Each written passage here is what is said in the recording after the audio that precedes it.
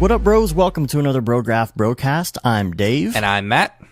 And Brograph is a supplement to our site, Brograph.com, which is a motion graphics tutorial site with tutorials, plugins, podcasts, and other MoGraph stuff. And on the show, we talk about everything ranging from motion graphics to Cinema 4D, After Effects plugins, render engines, doing business, doing taxes, being a contractor, and working for the man. Working for the man. And on the show today, we've got a good friend of ours, Haley Aikens, from the upcoming podcast Motion Hatch. We're going to talk a little bit of business and talk about her upcoming project. So make sure to stick around for that. So it has been a long 2 weeks for us. Yeah. We recorded a lot of stuff ahead of time. 2 weeks since we've had a show, since we've recorded a show. Yeah. So we're kind of getting back on track here, and we're going to start lining up some other guests. Mm-hmm. I think it's very possible that next week it might just be the two of us for the first time. I think it probably will be. Hopefully we don't get a bunch of unsubscribers because it's just us. It's like, oh, these guys are boring. So we've got a lot of people that we have like our list of people that we want to get on the show. And so we've got a lot of people that are totally on board. We just haven't scheduled it out yet. Mm-hmm. So there's gonna be maybe next week will be another David Ariev week. Right. Right. Yeah. So 20% of the shows, it's him. Yeah. We haven't talked to him much lately because we both been all crazy. I think he went on his learning sabbatical for a while. Yeah. So, he's been out of pocket. We've been out of pocket. We've been traveling like crazy. And so, I guess brief overview of what we did. We went to New York first. Yes, we spoke at NAB East, which was fun. Yep. Got to hang out with a few of you. Yeah, that was cool to finally meet in Paul person. and Gaten in person, and a bunch of other people in person. There were some people that we didn't know were coming that showed up to the booth and said hi, and that was fun. Yeah. 2 different days of doing our talks. Basically, I did the same talk 2 days in a row. You didn't. I did not. So my whole talk was over Cinema 4D Lite because I've been in it so much, just trying to figure out the ins and outs and the best ways to work around so I can do a whole tutorial series on it. Mm-hmm. And so in the middle, I've done this talk several times, through the DFW or Dallas After Effects user group and also at DFW C4D. And so I really didn't have to prepare that much. And so I went into it and I was like, yeah, awesome. Here's what you do, blah, blah, blah, blah, blah. And then like an hour before I'm supposed to go on stage or, get on the mic and introduce it, they're like, oh yeah, we just announced R19 Lite that comes with After Effects. And it's like, So we went back to our hotel room that night and I downloaded it and completely redid my talk, for R19 Lite. I was like, dude, you don't have to do R19. Nah, I don't have to. I was like, Paul was a little nervous that I was doing that. I was like, I think I'm going to go download R19 Lite and do a whole new talk about it. That's all right. Turned out well. Yeah. They only got rid of a few things that were detrimental to my, talk. Yeah. Like the spline mask is gone. Which is a huge deal. Yes. Spline mask is gone and the layers the layer shader or whatever is gone, which sucks. So, but you can actually bring in, I think you can bring in materials that use the layer shader into the new one. Like if you previously made them in R16 Lite, but you can't create new ones. I don't understand the reasoning behind that. I don't know either. I guess, next time you see the engineers, you're going to be like, why do you hate me? Why do you hate me? Just give me connect and delete and bevel. Just let me bevel stuff, Yeah, Light, you should be able to bevel stuff. You Come should, on now. Yeah. If you're going to make a real easy logo, a simple logo out of After Effects, you should be able to put a bevel on it. Well, you can if you're doing it in text. Yeah. Yeah, and if you're just doing an logos. extrude, you can do the fillet caps and stuff like that. But no, really, you should be able. I just want to bevel, some edges and stuff like that. if you can bevel the other stuff, you should be able to bevel anything. Yeah. Like, why take some of the beveling out? Yeah. I mean, I don't know if it's like purpose. I mean, what's the other reason? I mean, the only reason to take it out would be because you want to limit what you can do with it. Yeah, well, right? They don't have extrude in there either. They've only got the extrude, like if you're extruding a spline or something, they don't have actually being able to like do an inner extrude or an outer extrude or something like that. You can't do that. They basically want to limit your modeling abilities. I think Right. they want to think of it more as like, here's the ability to bring in already modeled models, and then texture them however you want and light them and whatever. Kind of Right. like it's basically like a competitor for whatchamacallit, the Video Copilot one. Gosh, I'm totally blanking. Yes. Element 3D. Element 3D, yeah. Yeah. So anyway, So we did have way too much pizza. Dave had oh no, I had too much pizza. You had... Yeah, I mean 4 slices was enough. Our hotel room was literally right next to a pizza place called Two Bros Pizza. Two Bros. Perfect for us. I know, right? So the funny part is, like, whatever type of sauce, I don't always get like heartburn from pizza, but something about this pizza, it was just major heartburn every time, and it was like, oh, this hurts so bad, I couldn't even sleep. Oh my gosh. And then we would be walking home from somewhere the next day, and it's right next to the hotel, and it's like, hey, let's get some pizza. Yeah, because it's like $3 for 2 giant slices of pizza and a Coke. So it's like, one night we're sleeping and Dave gets up at like 1 a.m. to get up and get a drink because he's got terrible heartburn. And then I wake up at 4 o'clock in the morning waking up because I've got terrible heartburn. It's awful. And the next day it's like, hey, let's get some pizza. Let's get some pizza.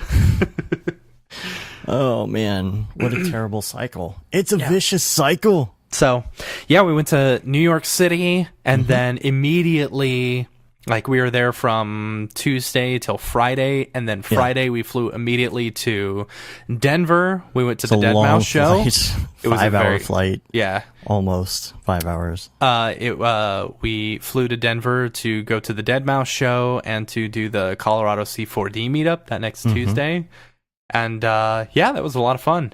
Yeah, we hung out with Joel backstage a little before the show. Red Rocks is the coolest venue I've ever been to in my life. Yeah, it sounds so good. And, I actually still have ringing in my ears from that. What? Yeah, I think I still have ringing in my ears. What? Yeah, funny. Anyway. So, yeah, like everything is carved out. Like there's tunnels back there and all that kind of stuff. There's a lot of fun. Yeah, it was very cool. So yeah, we got to catch up, talk about Rick and Morty and stuff. That was fun. And he gave us a shout out from stage, which was amazing. Yeah, like we totally weren't expecting it at all. Then all of a sudden he's like, "And the Brograph guys are here." I was like, "What?" Yeah, he did not have to do that. I totally like crazy fangirled out. Oh my god! Yeah, I'll put a link to that in the show notes. Because luckily your wife was recording that. So funny. Like, we're the video guys, and she's the one recording all the stuff, and she just so happened to catch it, which was amazing. I don't like to go to concerts and take like crap tons of footage because I know I'm not going to watch it ever. I guess it's a little different when some of your content is on it, but like I was just like, I'm just going to enjoy this. But yeah, thank goodness. I was recording like right before that. Yeah. And I had stopped and I was like, oh man, I wish I would have had a video of that. But she got it. So props. Yeah. Props. Yeah. And one thing we did want to say is we probably will be having another Brograph jam. Yeah, we were chatting about the possibility of that with Joel. And so take a look out on that. What we're thinking, this is just a thought that we've had. It may or may not come to fruition, but like last year it was cool because like we weren't expecting it. A bunch of people showed up on the chat, C4D users and stuff, and they were like, "Hey, throw me the template." So we were able to throw everyone the template, and they were just to be able to create some stuff. Whether or not it ended up on the cube or not, that's a different story. It was more like a fun daily that you could do. But we're thinking about like making it more official, like, here's the template for every, C4D user to download and actually try out and stuff. And if you want to create something, and we'll, get it over to Joel, so that, he might use it for the cube. Which should be cool. Yeah, and that's going to be totally his call if he likes it or not. Yeah. But what we would probably do is do a download link, do some sort of Google Forms page where you can put your name and everything, so we can keep track of it. Yeah. Because we can't just have Skype and all that stuff going on the whole. Yeah, that was really rough. And, we'll have something to where you can do this ahead of time as well. Send it, and if it's something that you can render yourself ahead of time, it's probably way more likely that it will make it. Because we're not going to have a lot of time to grab other people's stuff and render it. Yeah. So unless it's something that we're this is the best thing ever, and you send a sample photo and we're wow, this is really good, and I understand that you only have one 1080 card and you need more render power, but we totally want this. Yeah. But look out for that. We'll definitely give info on that. Yeah. If it's going to happen, it may not come to fruition, whatever, but these are just thoughts that we kind of threw around while we were just shooting the crap backstage. So. So we did that. Then we had a couple days in between, and Colorado C4D. We hung out with EJ, bunked with EJ at his house, which is nice. Yeah, thanks for that. Yeah, EJ's the man. And checked out his new pad that he just moved into recently. I think he was talking about that on the show when I was in Mexico. This summer, and you two were talking about buying houses and stuff. Yeah, which is awful. I'm buying a house right now, and it's dealing with financing. My people are so stupid. So the big problem with this, and I'm going to go on a tangent right now. Hashtag rant. Is that so when I was doing my pre-qualification, we have owned our Nexus Motion company since 2014, and they apparently won't count income from a previous job. If I would have said I started working at Nexus Motion in 2016 when I actually did full time, I think we would be okay. But they now want to see 2 years of that, and so you're not quite to 2 years. I'm not quite to 2 years. And so now they're averaging my 2015 earnings on Nexus Motion and my 2016, so it comes out to me making $1,000 a month, which is ridiculous, because we didn't make any money in 2015, or if we did, we made the bare minimum $50 a month or something, something really low, because it was a created company, but it wasn't. We were working full-time jobs. And all the money that we were making was not getting paid to us directly through dividends or anything. It was all just being put back into the company. Anyway, it was stupid. It was. So it's really tough to buy a house as a business owner. It is. So basically, our whole plan is that I now have to wait until next year when I file my taxes, and then I'll have 2 years of income. Blah blah blah. It's so stupid. It's so dumb. Yeah, it is. And it almost you almost want to just go about it and say I mean, if your business is incorporated and it's under a different name and it's not you as a name, you almost just want to be oh, this is who I work for. And don't even tell them, because it doesn't, they won't see the difference. Unless they look up who owns the company. I don't know if there's, if that's technically a no-no or illegal to not disclose that information, but I have no idea. If we just said, oh, I work for Nexus Motion. Oh, okay. How long have you been there? Okay. And it's done. And you don't say you own the company? Yeah, I don't know. Because it's incorporated, we need to consult with somebody on that, you know? We need to find somebody who can come on the show and talk about that kind of thing, because we should have Haley do that on her business podcast, It's one of those things where it's if you are working for somebody else, you're at the mercy of how they handle their own finances and their company and their sales and whether or not they're going to can you. I feel if you have a successful company, obviously you're not going to fire yourself. Right. So you have a much more stable job.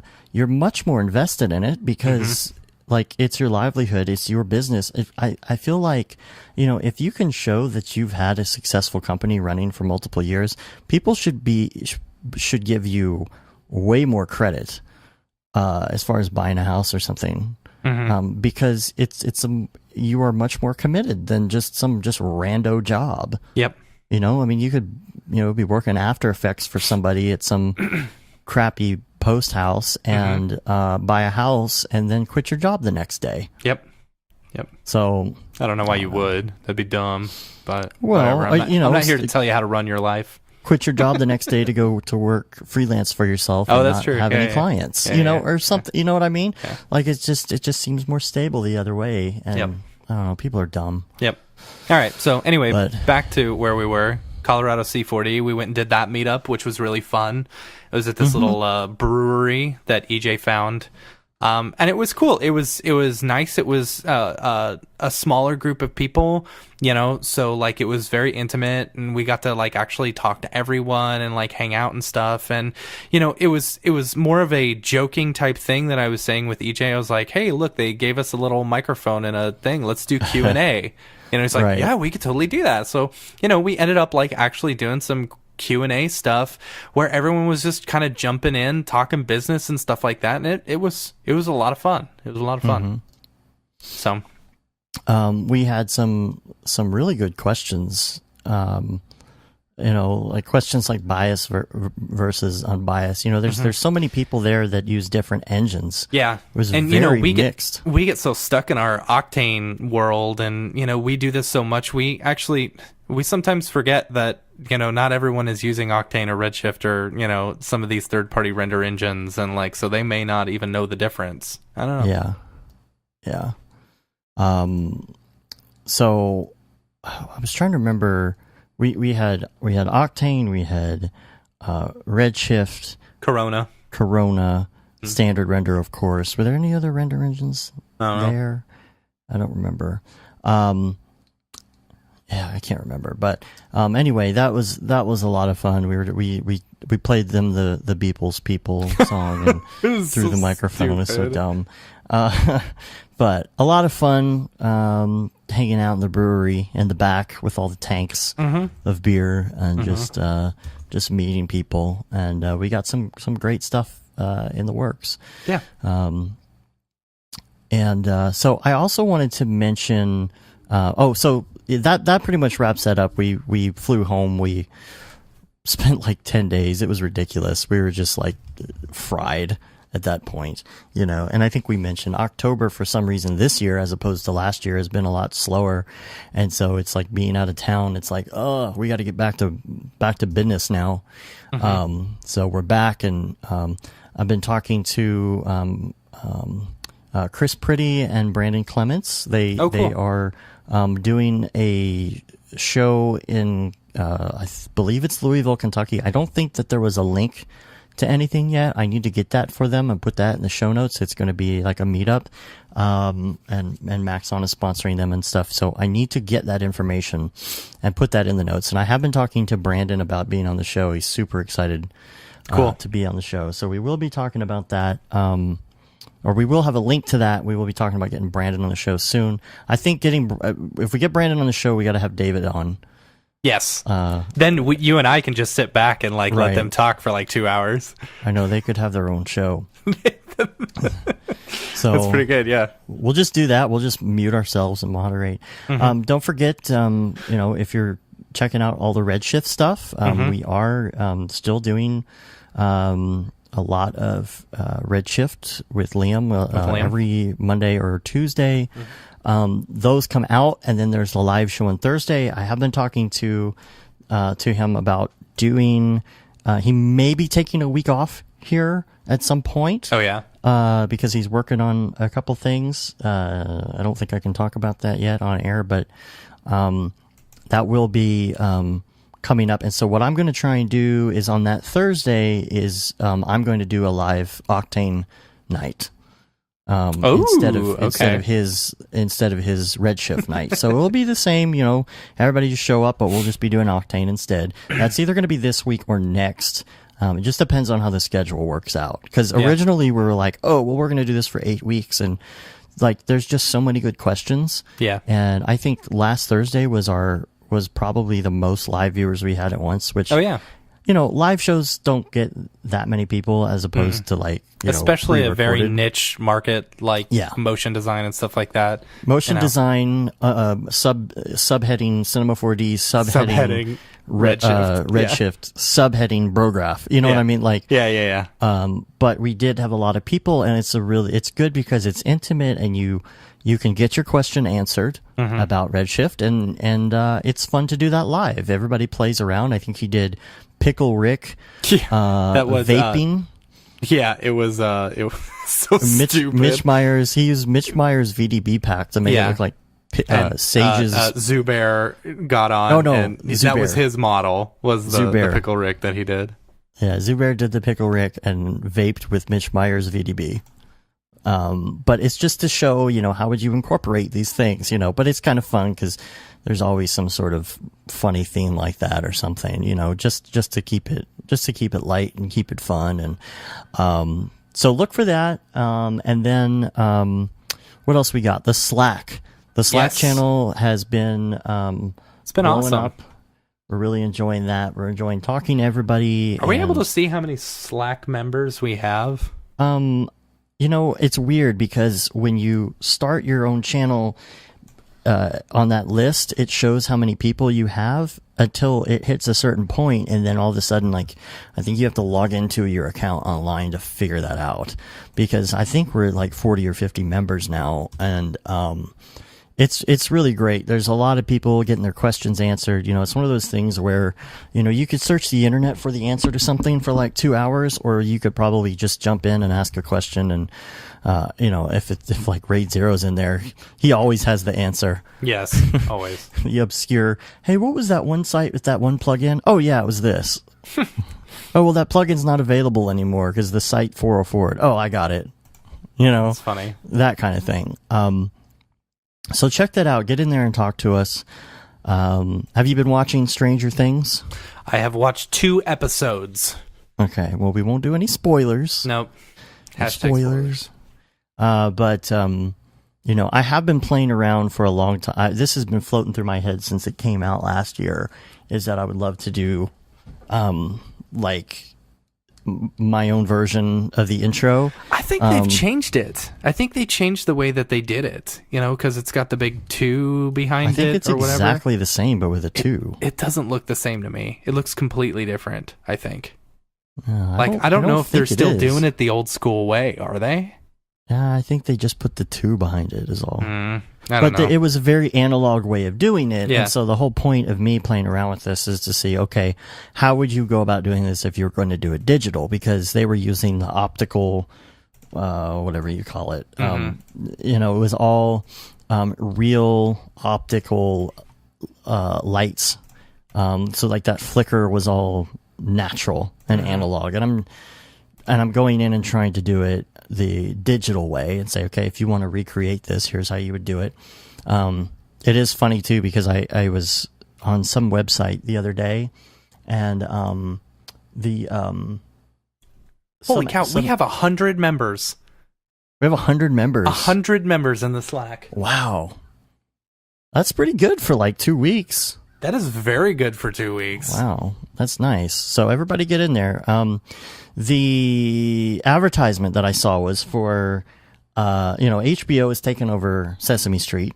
Yes. And so they're going to do, what is it? Oh, it's called Sharing Things. Right. Instead of Stranger Things. Right. Yeah. And so it's green, they do all of that, the same like title thing. And so I'm thinking, that's one of those things where like they had to go in and kind of recreate it themselves as well and say, how do we do this? It doesn't look exactly like it. And of course, mine isn't going to look exactly like it either, but I do have it looking pretty close.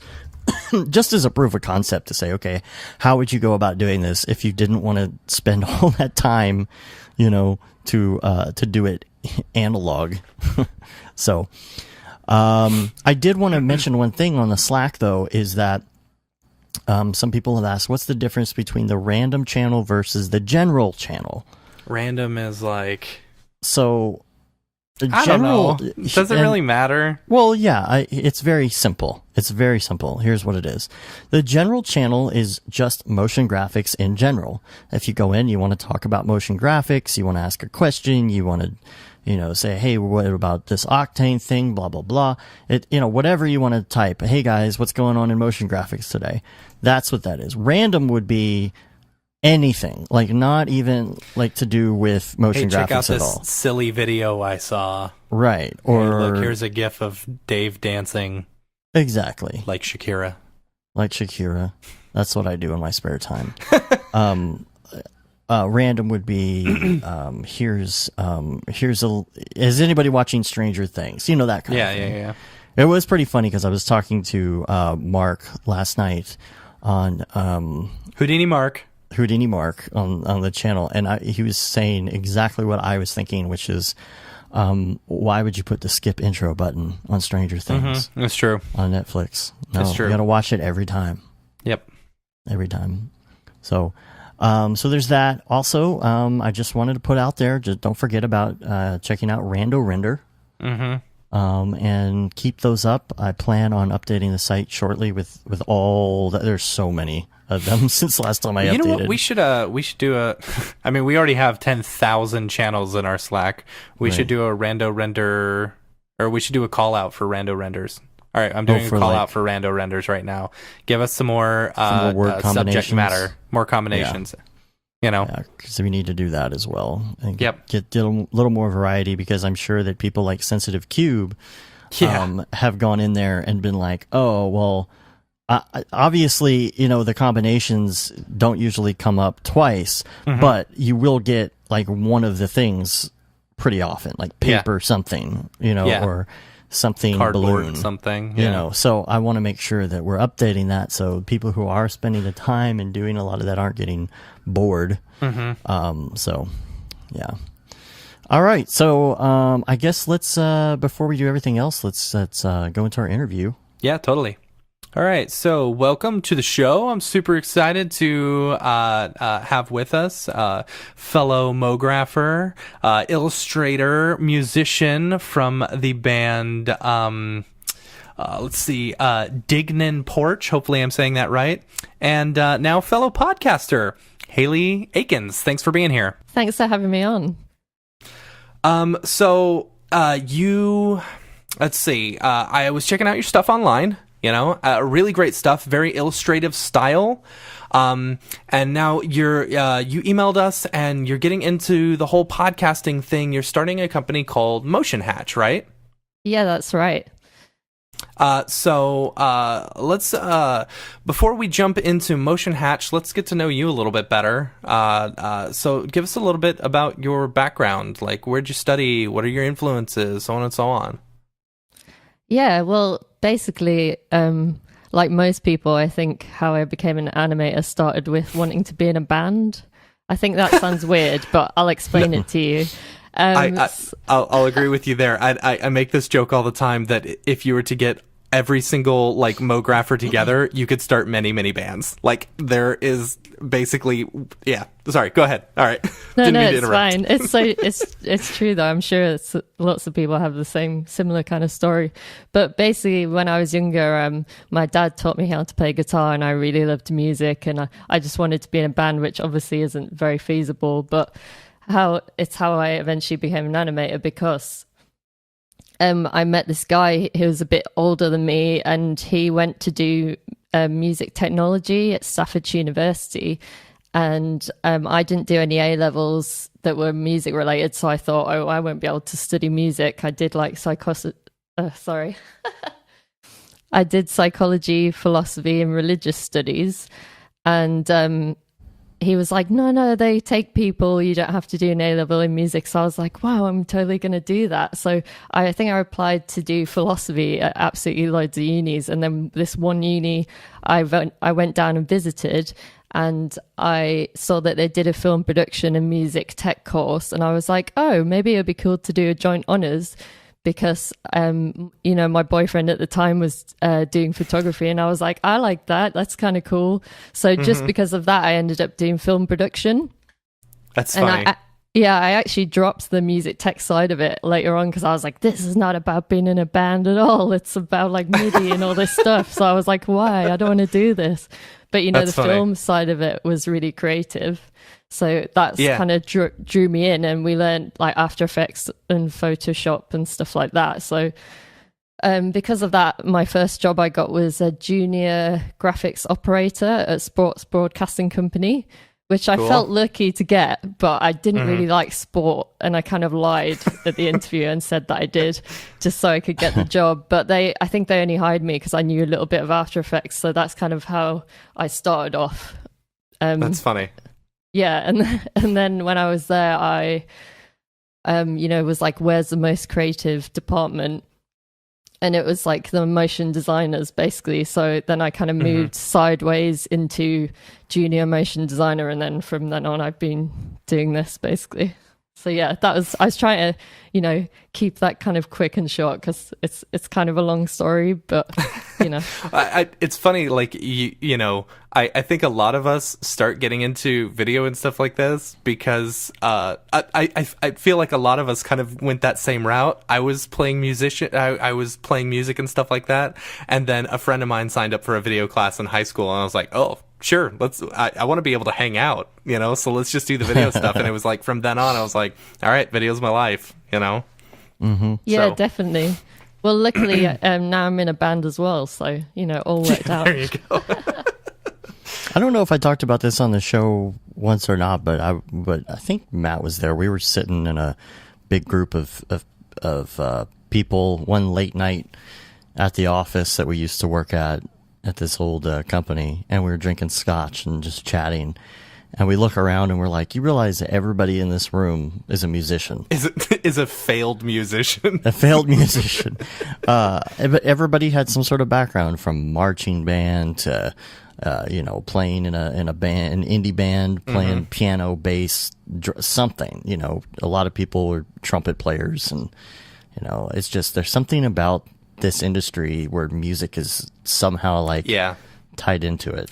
I don't know. I think like maybe you'll have a better view on this because you're actually still playing music, but maybe it's something to do with like, I feel like music gives people a better idea of like mathematics and stuff like that, and then you're able to move that into motion design really well because you understand almost like beats and keyframes and stuff like that. I don't know if they meld well together. What are your thoughts? I don't know. I think the main thing I get out of, doing motion graphics and being in the band is, when I've been at work all day kind of doing an animation, I can go and do a rehearsal with my band, and it's kind of still a creative thing, but it's not exactly the same, because I'm really bad at trying to do personal projects like after work. I just can't do that, because I hate, I'm like, no, I don't want to open After Effects again, don't make me. So it's quite nice to do that, but then I do get roped in a lot to do music videos and stuff, and as you probably know, animated music videos take absolutely the longest time ever to do. So sometimes, I get halfway through and I'm like, damn it, why do I agree to do this stuff? But then you get to the end and you're like, yay, it looks really good. I feel like that's almost every project that I do. Yeah. And then just halfway through, you're like, why did I agree to do this? It's funny. Oh, yeah. I just did a GIF the other day for them, though, for us. And that was really short. And I think I did it in about a day. And I really liked that. And I was like, yeah, this is fine. But I did a 3.5-minute video as well for one of our songs, and that was just like nearly killed me, and I had people helping me as well, so I don't know, it was crazy. Nice. Jeez. Yeah, and well, you have one, I believe one of the music videos that you did on your site, and the whole thing is animated, and it's this very illustrative, like I've noticed that you have this kind of illustrator-ish background, correct? Kind of. Right? I mean, I didn't really have an illustrative background, as in like I haven't studied it, but I think I'm just drawn to that kind of work, if that makes sense. So when it's just what comes out. When you started out doing like sports graphics and stuff like that, was it definitely wasn't that same style, I'm assuming, right? No, it's very when I was a junior graphics operator, it was kind of in a live environment. So it's quite tough, yeah. And it was using this system called a Clarity. I don't know whether anyone's heard of that, but it's basically so the motion designers would make like the straps or whatever, like for the football programs, you know, like lower thirds and things like that. And then we would plug them into the Clarity, and then you would control it from a laptop. So you would say, bring up page 18, and then the Clarity machine would go to the page 18 and it would like sort of play it out live, if that makes sense.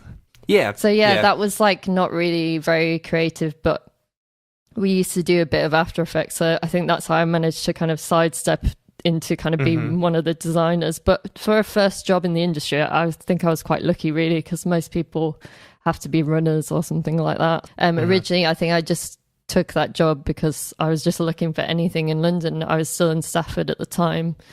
So I used to come down and like, you know, interview for runner jobs and things like that. And then that just happened to be the job that I got. And, you know, I could have been a junior editor or anything, like it just happened that way. So I feel quite lucky because I didn't study animation, but I really enjoy it. And I think I would much prefer being an animator than an editor. So yeah, I feel the same way. My background, I originally started out just in television production and stuff like that, and that's what I studied, but I really enjoyed the editing part, like just actually editing videos and stuff. And then, you know, it's funny, it's like a transition. You start editing, and then you're like, well, I need to create a lower third, so let me jump into After Effects, you know, and then you learn After Effects, and you're like, well, I want to take, with me at least, it was, I want to take it to the next level. I want to add 3D text into my After Effects and my lower thirds and stuff like that, or my titles, and then it's like, okay, well, now I need to learn 3D, and then it's like, well, now I like 3D so much, I don't want to touch that other crap anymore. Right. yeah, definitely. So, apart from, I just never do 3D. I don't know, I tried it and I just think like it's not for me. It's kind of that thing like the music tech course that I did, you know, it's kind of a bit too technical. Like I think I definitely like the more artistic side of the job, you know.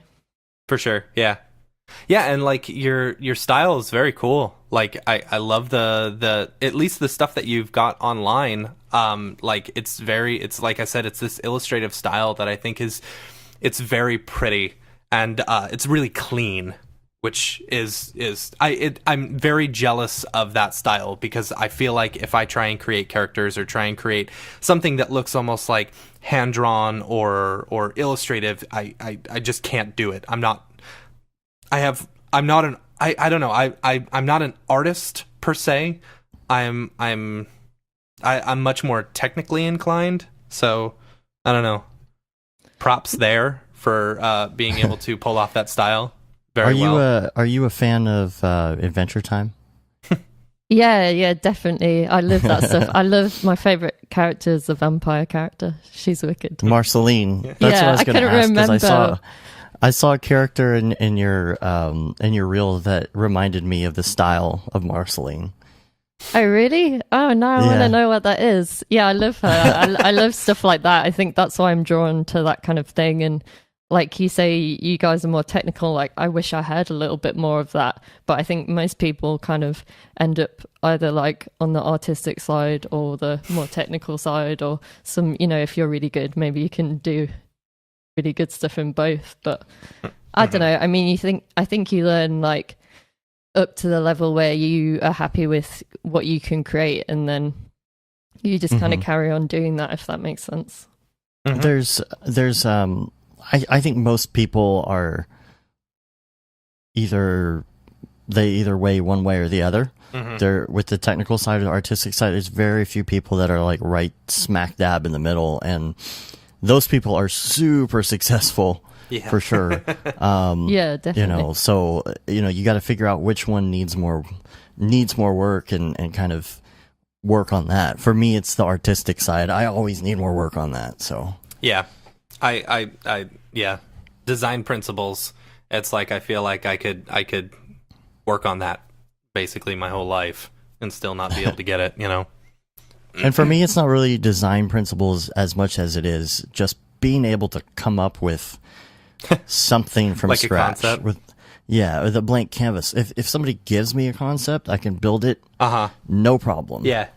It's just like a blank canvas is just like scary to me. Yeah, I feel like I'm the opposite because I think I prefer creating the concepts and things like that. And then most of the time I wish I could just give it to someone else to animate because I don't, sometimes I get halfway through stuff and I'm like, oh God, I hate this. Like, I wish I could just like draw and then give it to people. But I don't know. I mean, I've done that sometimes for projects. It depends really. But Well, we'd make a great team then. Maybe we should team up sometime. Yeah, that's true. Yeah, you give us all the concepts and we'll just execute them. Right. Yeah, definitely. I'd be up for that. Yeah, actually, this is one of the first so I'm working on a project right now that basically it's almost like the dream project, right? Where they say, okay, you have 100% full creative, to do whatever you want. Yeah. It's a 6-second animation. You do whatever you want. You just have to add this logo in there. And I'm like, oh my gosh, what do I do? So they gave us a general theme, and I'm like, all right, I'm going to run with it. And so I found myself actually like sketching for like the first time. And I'm a terrible artist. Like I don't draw very well. I have terrible, I like to compare my drawings to Napoleon Dynamite. Anytime he's sketching someone, Ligers. Yeah.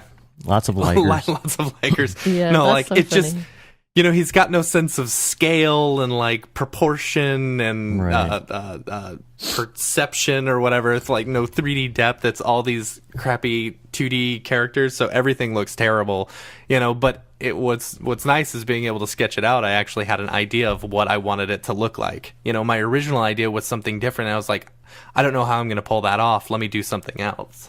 So I don't know. Yeah. That was a totally different tangent than what we were talking about. It's okay. I think that my sketches aren't that great either, to be honest. I think I use Illustrator and I really like using that because it makes it easy for me to do little characters and stuff, and a lot of like breaking up shapes and sticking them together and things like that. I guess everyone works differently. I've been in Illustrator a lot more lately. I totally agree. Illustrator is like, I don't know. I feel like once you move into motion design and like you at least in After Effects and stuff like that, I used to break up everything in Photoshop and do all my work in Photoshop. And then once I kind of learned Illustrator, it's like Illustrator I find is like so much better looking than all these Photoshop files and stuff like that. I don't know.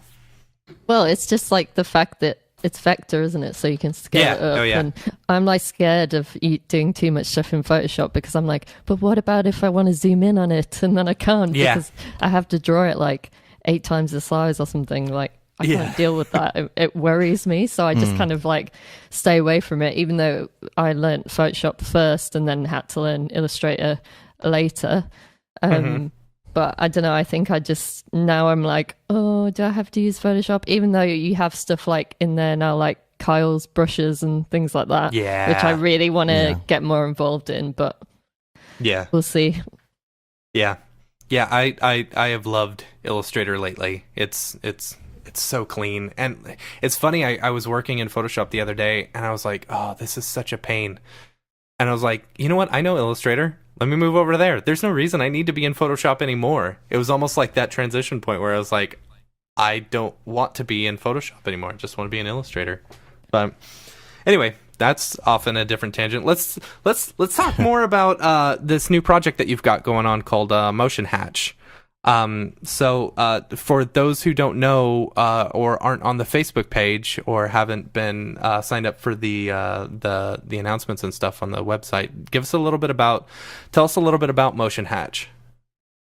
Yeah, so basically it's starting off as a podcast and a website helping motion designers do better business. So it's focusing on the business side of things because there's a lot of things out there which, like motionographer and stuff, which are great, but they're like purely quite focused on like inspiration, things like that. Whereas I feel like there's kind of a massive gap in the industry where, for people to be talking about like how to get clients, what to charge, things like that. And obviously like Joey brought out the freelance manifesto, which is great. And that's definitely kind of, filling that hole to a certain extent, but I think there definitely could be more of this. And I've created a little Facebook community where it's kind of a group of people, you know, just trying to help each other, like purely with about the business side of things, basically. So it's going to kind of, you know, it's going to be a lot more than just a podcast, but that's why I'm going to be launching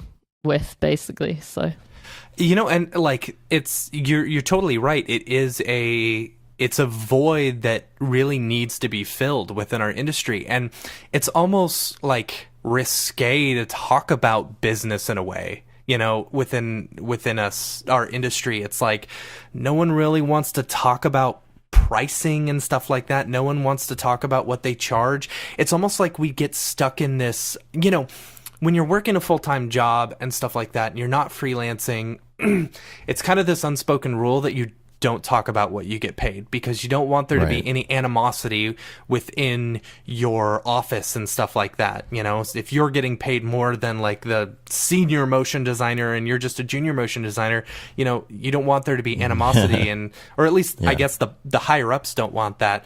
And I think that's kind of moved over to the way freelancers work and stuff. I don't know, it's almost like we don't want to talk about what we charge. Maybe it's because we're too scared to, you know, think we're not charging enough, or we're charging too much, or something like that. I don't know. What are your thoughts? I think it's, you know, we don't have to all go out there and say what we're charging, because, you know, that might affect our clients or whatever. But what I think it's about is kind of establishing maybe like some sort of minimum rate. I mean, that's what I've tried to talk on the podcast with guests that I've had on already about, you know, like, should we have like a kind of minimum rate? And we've kind of put some ideas out there, like me and Lillian talked on one episode about that, and kind of said, oh, well, you know, in the US you should be charging this, in the UK you should be charging this. And I know some people disagree with that, because they're like, well, I'm just in, you know, out in the countryside, like I don't need to charge that much. But then you know, because I'm in London, you know, I have to charge what I charge, because otherwise I wouldn't be able to afford to live here or whatever. Do you see what I mean? Like, so I don't think it matters. I think in a way, I kind of believe there should just be like, you know, a minimum starting point, which we could all, you know, agree on. And obviously it's going to be different per area, per country, if you work remotely or not, ability, stuff like that. But I mean, just so that people coming into the industry can know, oh, okay, this is kind of what people are charging in this area, so that's what I should charge. Otherwise, we're all undercutting each other. And then, you know, clients are expecting us to do things for less and less money. And I don't think that's right. And it's not the fault of people, like who are new to the industry, because they don't know, because no one talks about it. So unless you've got a friend who's a freelancer who you buy a few beers for, which is what I did, then you won't know what to charge, you know? Yeah, so, absolutely.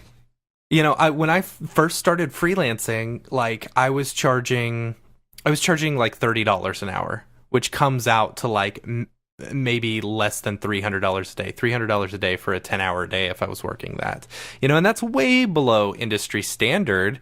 And so I was talking to someone, I was like, I just asked, I said, what are you charging? She's like, oh, I charge $65 an hour. And I was like, man, we're doing the exact same stuff, you know? And it's like, yeah, exactly. I'm undercutting myself so much, and I could be making so much more. And it's like, but when you hear something like that, it's scary, you know? It's like, how am I gonna double my rate? You know, how am I gonna say this is my rate twice of what I'm charging and stuff? I don't know. It's one of those scary things that a lot of us don't want to talk about. Yeah, and the problem is, if you start charging your clients a certain amount at the beginning, you know, you can only up that so much incrementally, you know, over like a few years or something like that. That's what I found out. So my advice is always to charge more than you think. And, you know, if people, if they don't, if they can't afford that or whatever, they'll tell you, you know, no one's going to be like, okay, bye. Like if you say too much, they'll say, oh, we can't afford that. Could you do it for this? And then you kind of have to give yourself like, in your head, this is what I do, like a minimum amount that I'll go down to, and then like what I ask for. And then, you know, most of the time people either say, yeah, cool, like what for, you know, what I asked for, or they'll go down kind of in the middle. And then, you know, you're better off, and as an industry, we'd be better off if everyone sort of thought like that, if that makes sense. Because, we are worth that much, and as a freelancer as well, especially, you've got to do all your taxes, and you've got to, I don't know, in America, you have all like healthcare and stuff like that as well, which we don't have, so you need to be paid Lucky more. you. Yeah, no, I hope we keep the NHS, please. And then, so, you have all this extra expense. And I think when you start, you don't really think of it like that. So you just think, oh no, I can't possibly be, charging like £300 a day or whatever, You just, don't think that. There's a company that we worked for, or didn't work for, we just bid something on recently that was a rather large company. Yeah. And it was like, the first bid was way too high that we got. So we really want to talk to you guys. And we're like, all right, well, we have what we think are reasonable rates. And it was a very easy project. And, so we pitched it to them and they're like, no, that's too high. We're just going to do it in iMovie. See, and here's, like, here's the thing. But here's the thing: they are, they're a Fortune 500 company, and and this is something. Actually, you've got an article. Someone posted an article on the Motion Hatch Facebook page, and I'll add this in the show notes. But it's if a customer says your product or service is too expensive, this is what you should say. That's basically what the article is, and it talks a lot about, you're building a brand. You don't want to nickel and dime yourself because eventually you're going to go out of business. And with this particular project, and I want to get back to that in a second, with this particular project that Dave and that I quoted on, so with any people that come to us, and Dave may not like that I do this, but I tell them our rate is much higher than what our normal rate is.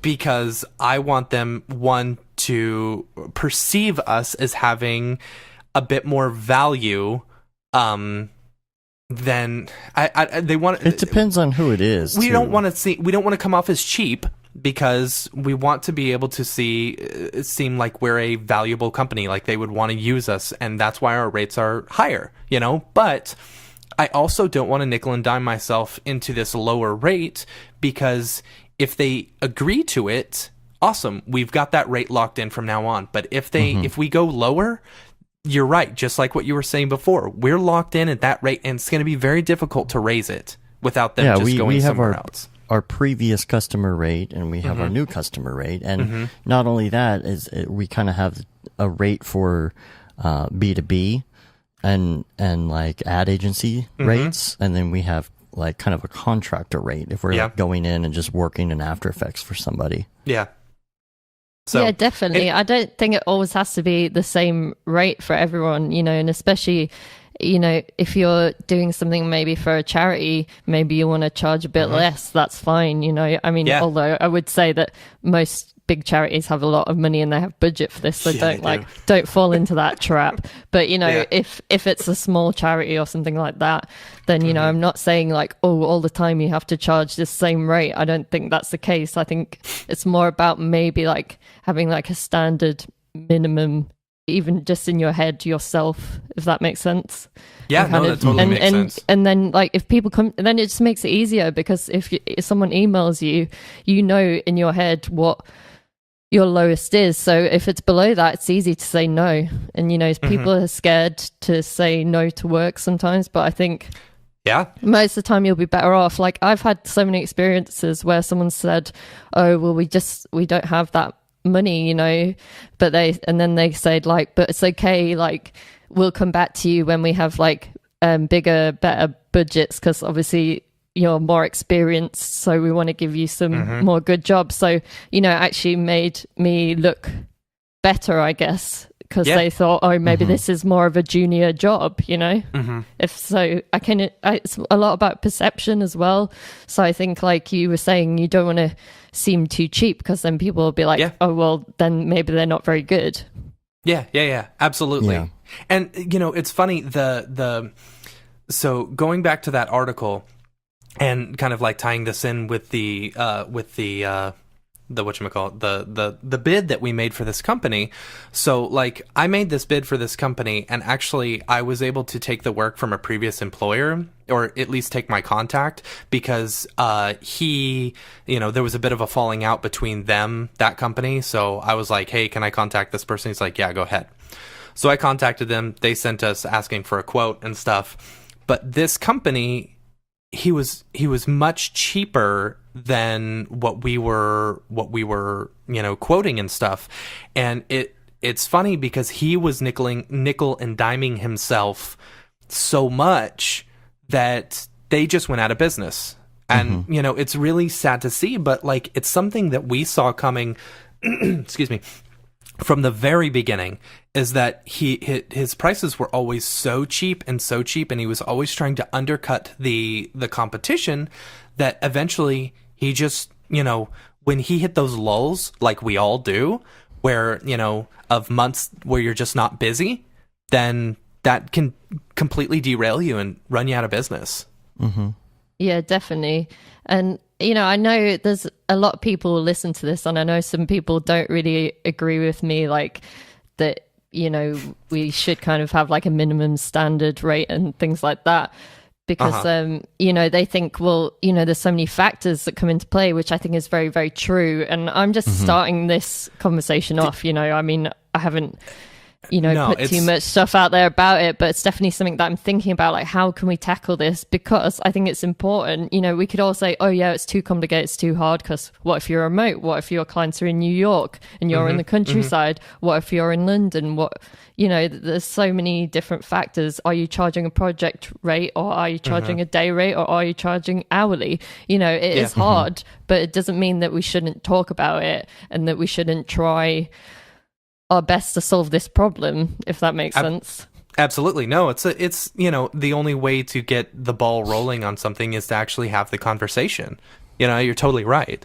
And but here's the thing, like people will say, oh, well, I live remotely, or I live, somewhere that the local rates. And actually we when we were in Denver at the Colorado C40 meetup this past week, we were hanging out with someone who had just moved there from Erie, Pennsylvania, and so Erie, Pennsylvania is this tiny little town, and he was saying, he was lucky to be able to get like $15 an hour for some of this stuff, and it's like, yeah, that's really low, but in that particular area, it was, it was reasonable. But as an argument to that, we as motion designers and stuff, we have the ability to put our stuff out there and to advertise ourselves, not just locally, but worldwide. So we don't have to necessarily be doing this work. If you pigeonhole yourself into like a $15 per hour local rate, while yes, that may be good for you and be able to help you survive really well, like, somewhere that's not a big city like London or New York, that's great, but then you're also undercutting the rest of the industry in a way, and it's like, I don't know, I'm going off on a tangent, and I think you're right. Like, I think because it's a global market, right? And you could work remotely for someone in New York and be like, anywhere else in the world. So it's not to say that you shouldn't work with local businesses and you shouldn't charge them what they can afford. Yeah, but correct. Maybe then if you're doing remote work for people elsewhere and you know that you can charge more, then you should do that, I think. Does that make sense? Absolutely. No, totally. And I totally agree with you there. And, like you said, it's all about getting this conversation started. And you are right. There are a lot of people who like hear the word like union or something and they don't want to talk about it. They're like, oh, because Texas, especially, you mentioned the word union in Texas. Oh, yeah. And right to work state. Yeah, it's a right to work state. You can get fired for any reason at all, and you can't sue over it or whatever. It's stupid. And so like, yeah, we need to be, I don't know. I'm really excited about the podcast and the Motion Hatch stuff that you're doing. I was lucky enough to be able to listen to the first episode, so thank you for sending me to that. And I gotta say, like, you guys are gonna love it. It's a business side of stuff, and if I can say Lillian Darmono is the first person, we can cut that out if you want. That's fine. And it was just an absolute killer episode. Like, super jealous that, like, it was just so good. So, thanks. Anyway. Yeah, I know Lillian quite well because we've worked together before and stuff. And I was just like, I know she's been on the School of Motion podcast before, and I just really wanted to dig in to her about like how, she's an art director and how she kind of manages and that, and a bit about how we charge differently to the illustration industry and stuff like that as well. I think that's always interesting, and I know that I've actually had like a few people on the podcast who maybe are leaning more towards the illustration side of things, and that's probably because like I'm interested in that as well. So, but I mean, I think it's just interesting because they tend to work slightly differently, and I know now we're trying to, we're learning a lot more about usage rights and things like that. So I think, we're becoming aware of this stuff as animators, especially if you design and animate all your own stuff, and then say a client comes to you and they want to use artwork for something else, you need to be aware that you should be charging usage for that. That was something, no, it totally does. And that was something that I heard on, your podcast that I was like, that is... It was totally foreign to me, I was like, I should be charging for that extra stuff, I don't know. I'm very excited about it. I'm very excited about the future of your podcast, to be able to listen. And like you're right. It's an area that needs to be filled. Like, for example, on the Facebook page, you were talking about having an intellectual property lawyer on, which I think is cool. It's like, these are all things that we do in our day-to-day. And, like Joey's book opened up a whole new realm for me personally for the business. I think being able to talk to professionals and hearing about how they are doing business and different things is going to be a real eye-opener for the rest of our industry. Yeah, and it's, I'm interviewing like motion designers, like from, people who are like, I don't know what people consider like motion design superstars. I hate that, but you know what I mean? I try and get those people on it, but I'm trying to get people on that maybe everyone hasn't heard of, and kind of getting their story as well, just to kind of get as much, different backgrounds as possible, really. And then, but then also, like you said, like lawyers and accountants and things like that, because, this stuff can be boring, right? And I hope people don't think it's going to be a boring podcast, because I don't think it is, because I'm going to try and, get that stuff out of them, but in a way that it's really relevant to our industry, because, I'm in that industry, so I know what questions I have. And, so hopefully I can ask them the right questions to kind of make it make sense to everybody, and like make tax more interesting, and stuff like that, and about contracts and but like the things that we need to know, because at the end of the day, if you don't know about that stuff, you're probably gonna get stuck at some point. So it's just trying to make it more accessible and a little bit less like stuffy. Is stuffy the word?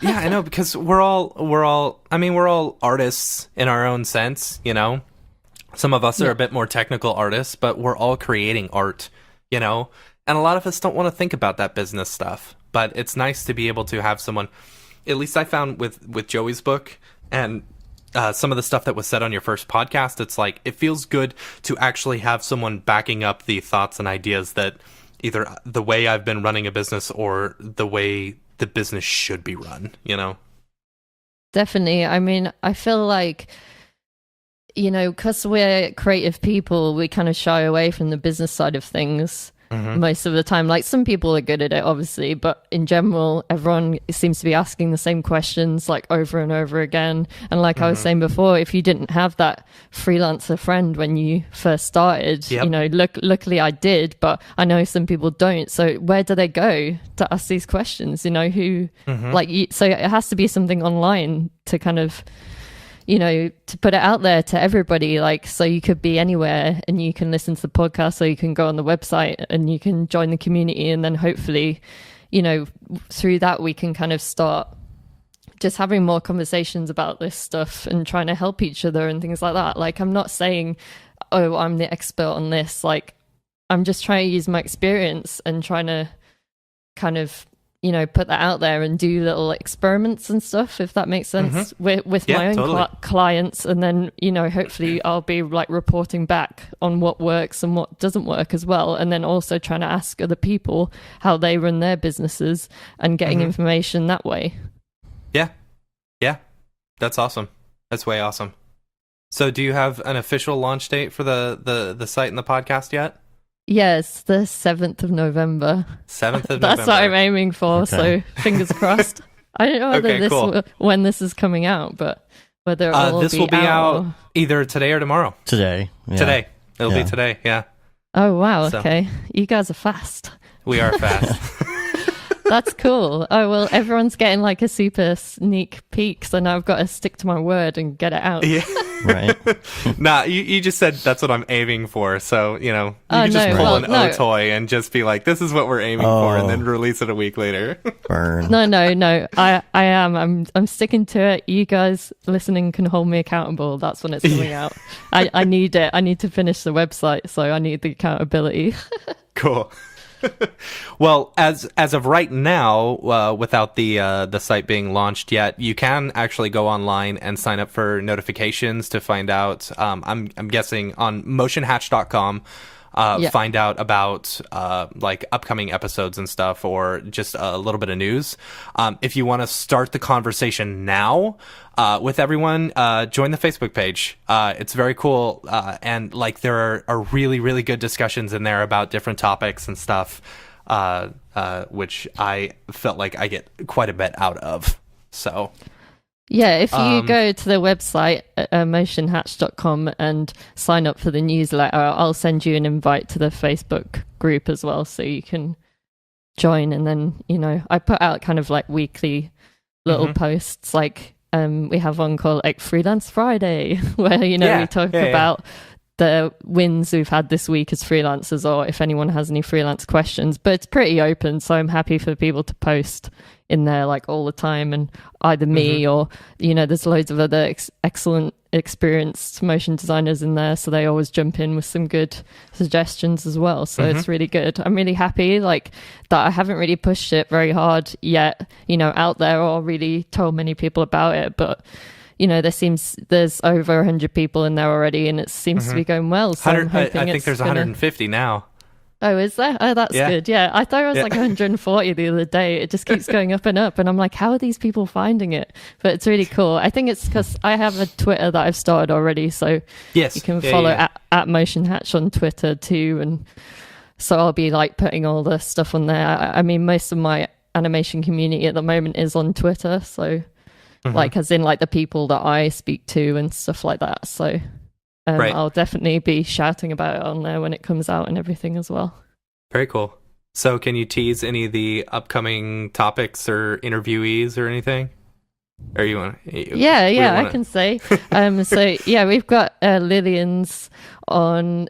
She actually has 2 parts because she just had so much great things to say and so much great info. Yes. Yeah, that I just like thought, oh, you know, I want it to be kind of manageable, like to listen to, but I didn't want to cut anything out, so I've split that up into 2. So that's like that'll be like episode 1, episode 2, and then episode 3 is a guy called Margot's, who I hope that's how you say his name.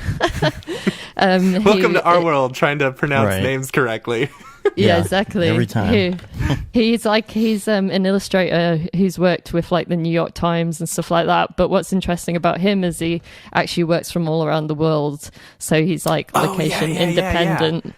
Yeah, so that was so cool talking to him. He's like a super cool guy, and he was telling me like funny stories about the New York Times and how he had a job with them once, but then he had a power cut because he was in Thailand, and how he dealt with that. It was just amazing. It was really cool.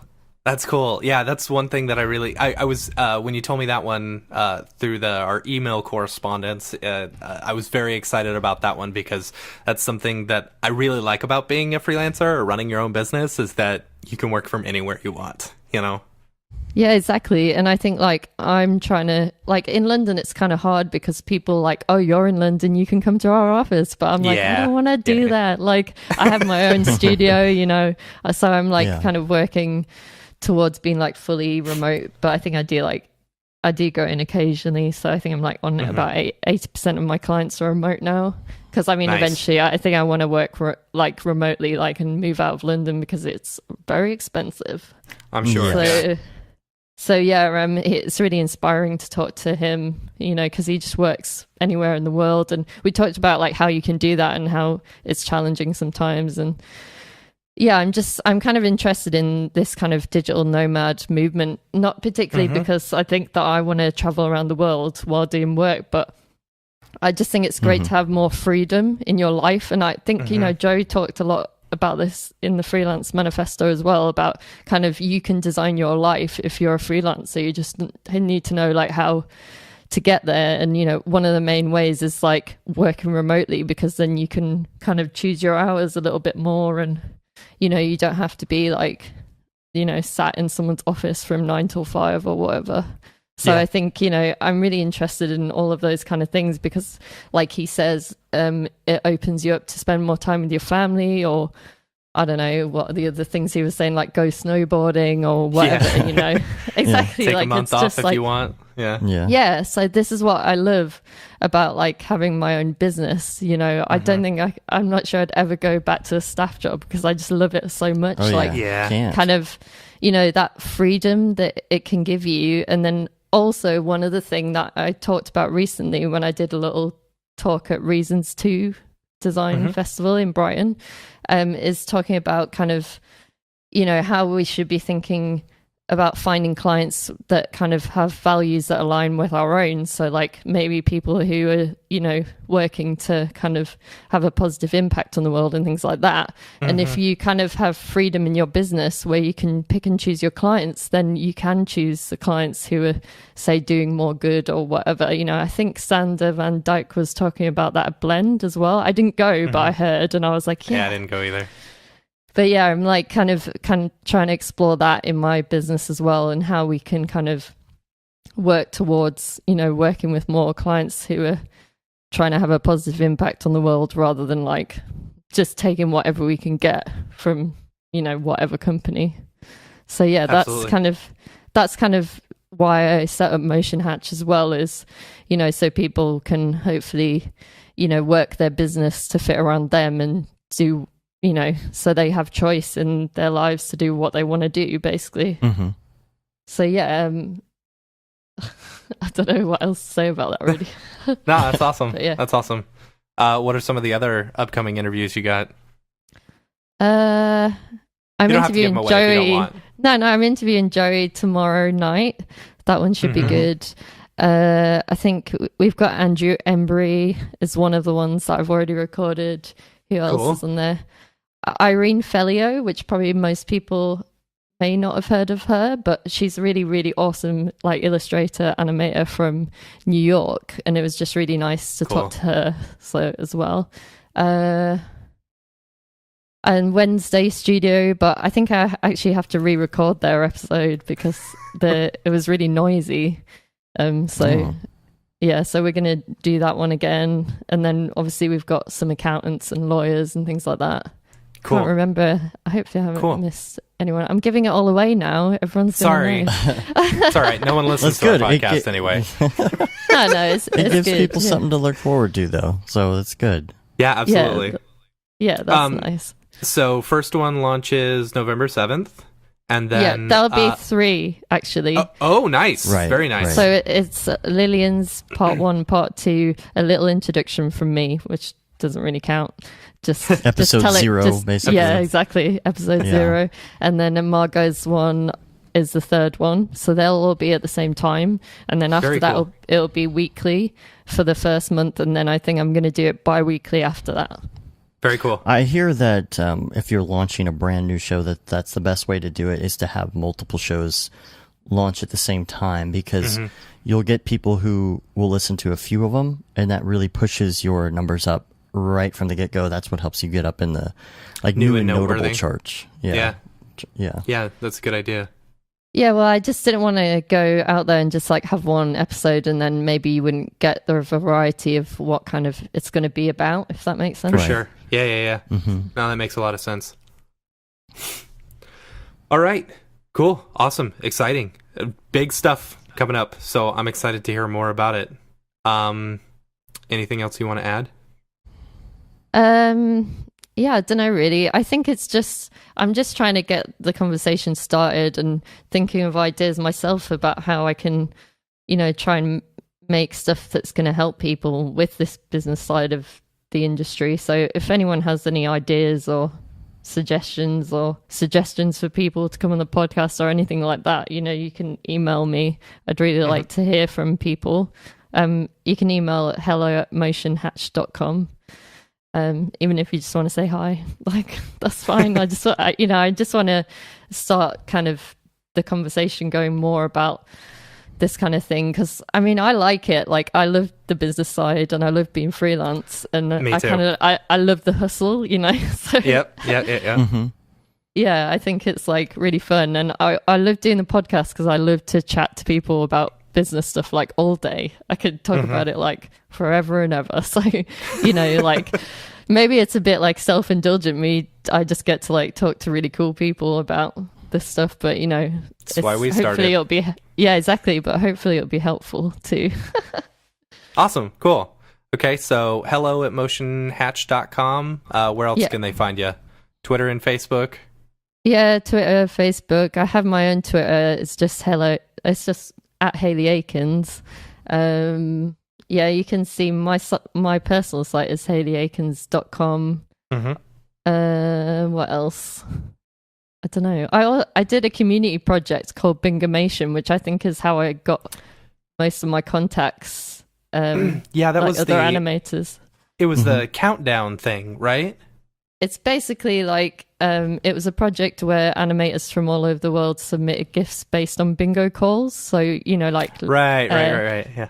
Legs 11, Two Fat Ladies 88. It's just started as like a stupid conversation with me and these guys at work, and then we kind of kicked it off, and then I ended up just taking it on myself, and like 90 animators submitted, and it was really cool to like just do something for the community. And you can go on that site bingamation.com and see everyone's little gifts, and it's quite cool. I think that's how a lot of things like that start, is a conversation where you're just kind of joking about something, and then you're like, oh, hey, we could actually do this, and then it becomes something. So yeah, and it took like 3 years to complete, so I felt like it was it was long. Yeah, I don't think it should have took that long, but it kind of took a while to get to like 50, and then like after that it kind of snowballed like a little bit. But yeah, I think that's really nice because you can go on there and you can see a link to everyone's portfolio and stuff like that, so maybe people will be interested in that too. Very cool. All right, well, Hayley, thank you so much for being on the show. Thank you so much for having me. It's been great to talk to you guys. Yeah, I'm super excited about the upcoming stuff, and we'll make sure and tweet it out and retweet it. And so, thanks. Appreciate it. Make sure and sign up motionhatch.com and get the updates as well as the Facebook group. And so, awesome. Thanks for being on. Thank you.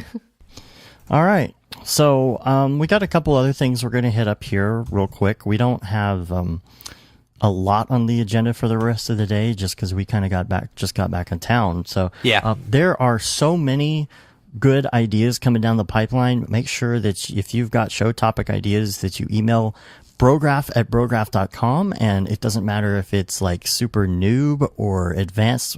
We love to have topic ideas and questions. Also, if you are in the Slack, there is a channel called Show Topic Ideas, which we've got some really great stuff in there, and we plan on getting to every single one of them. So just put it in the queue, and we will get to it.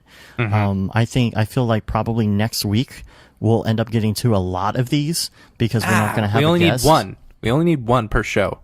Well, let's knock them all out. Let's knock them all out in one show. Some of them are not necessarily like full topic ideas. They're just like a question or, that kind of thing. Yeah. Some of them are things we'd have to plan out, like Thomas, wants to know more about AR, VR stuff with Octane and Unity integration. And I think, that's something I would love to talk about with Jules, next time he's on, talk more about VR, things like that. So we are addressing every single one of these, and we may not do them in the exact order. We might group some of them together, but that's also a good place to get in some of your ideas. So, Yep. Let's go to Ravcock. What's your flavor?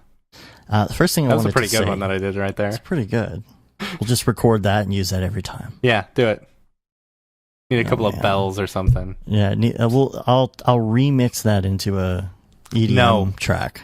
No. What's your flavor? What's your flavor? That's funny. Drop the bass. Anyway, I'm gonna chop and screw it. Please don't. So, Ahmed hit 10,000 replies. Yeah, that guy's on the awesome. Otoy forum. Wow, like this is just for Cinema 4D Octane plugin. He is the official developer. He's awesome. He's all over it. We hope he never goes away, or else it's going to be hard to replace him. Yep. In the Octane universe as far as Cinema 4D goes, and 10,000 replies to forums. It's like it's a full-time job or something. Yeah, it is his full-time job. That's where I was going with that. But man, that's awesome. That just shows you his commitment. So congratulations on that. Yeah, totally. And I also wanted to bring up the fact that Otoy won their case against F-Storm.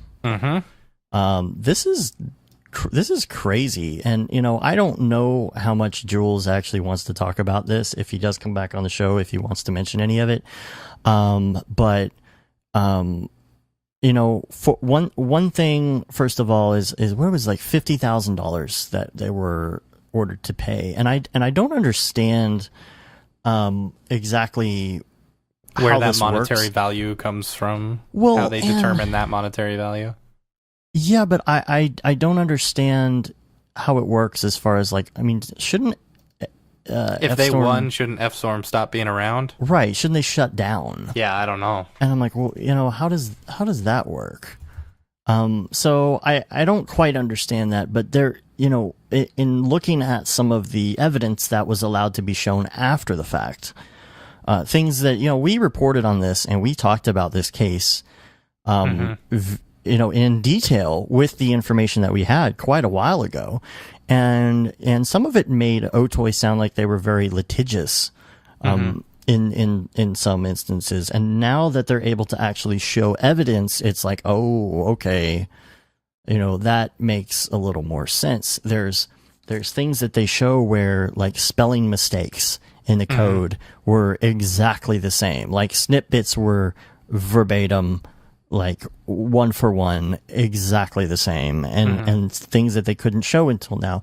The other thing is that they were able to see which version of the code was yanked at like what point in the code, like which version, and they were able to determine, I guess, that it was the week before he left Otoy. I forget the guy's name. Was it Chris something? I forget the guy's name that was involved. Or that might have been the other case, but it was a week before he left, and it wasn't Otoy at the time either, was it? It was a different company. It was called a different company at the time. But wherever the code was stolen from, wherever the company was at the time, they were able to determine that it was a week before he left. So it was like he had kind of an exit strategy. He's like, I'm going to go make my own render engine with hookers and blackjack. Oh my gosh. And like just straight up yank the code. And the other thing that Jules pointed out on the Facebook Octane group last week is that not only that, but if you look at the code for the website for F-Storm and you compare it to the Corona website, they actually, if you go look at the code, they stole code from the Corona website to build their own website. They just said, oh, we like the Corona website, we're just going to copy and paste. And Jeez. I don't quite understand how that works, because to me it's like, well, if you want a window this size that says this thing, you pretty much have to code it the same. But I guess it has to do with the copy, you know. Yeah, I guess There's something that comes up when you first go to FStorm that says sign up for these such and such updates, and it was worded the same. The code around it was the same. The pop-up was the same. They have a culture of stealing everything relentlessly. So very interesting to see how that panned out, and the fact that Jules can talk about it now allows you to see what was actually going on instead of us having to speculate like we did before. And even Tom Glimpse in the Octane Facebook group has said that if anybody posts anything to the effect of, oh, FStorm is better than Octane, you will get permabanned. Because it is now proven in a court of law that it was completely stolen, and so they're not going to have any of that. If you want to go join an FStorm Facebook group, you're welcome to, I guess. So, so there's that. Cool. All right. In our other section here, that's all I got for the Ravcox. This is something I wanted to bring up briefly, and I believe you may have liked this on Twitter yesterday or something. What was this it? Is the Dick Clark Productions thing for the AMAs. Yeah. This is a designer named Jordan Scott, and he felt that it was important to post this. This blew up pretty big on Twitter. It's got like 1,000 retweets and like 4,000 likes. And somebody approached him and said, basically, I work for Dick Clark Productions.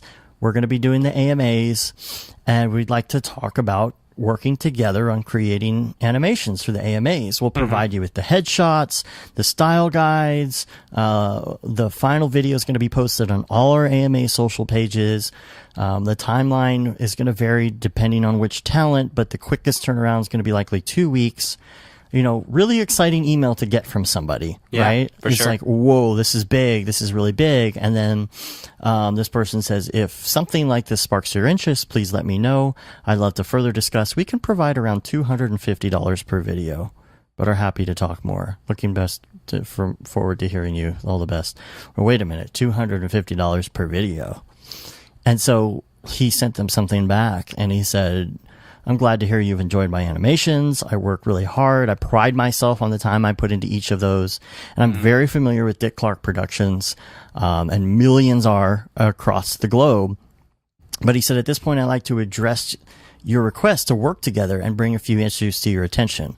As I read this inquiry, I was immediately interested in the possibility of creating work in the vein of what you're looking for. I thought it could be a great opportunity to collaborate on short form content. But he said, you know, I had to do a double take when I got to the end of the email, because it was all very exciting until I got to the end.